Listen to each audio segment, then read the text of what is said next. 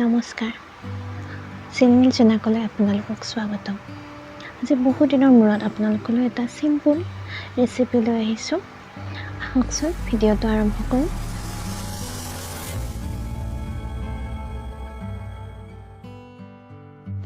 ৰেচিপিটোৰ বাবে আমি প্ৰথমতে কেইখিলামান মচুন্দৰী পাত আৰু কোমল নৰসিংহৰ পাত মান ধনিয়া এটা সৰু পিয়াজ সৰুকৈ কাটি লৈছোঁ অকণমান নহৰু আৰু দুটা কেঁচা জলকীয়া লৈছোঁ এতিয়া আমি এই আটাইখিনি সুন্দৰকৈ মিক্সিত পিচি লওঁ আমি 4টা মাছৰ মূৰ আগতীয়াকৈ মচমচীয়াকৈ ভাজি লৈছোঁ অকণমান ঠাণ্ডা হ'বলৈ থৈ দিছিলোঁ সেইখিনি আমি এতিয়া মছলাখিনিৰ লগত দি দিম দি 90% মান পিছা হোৱালৈকে পিচি উঠি তাত অকণমান নিমখ দি দিম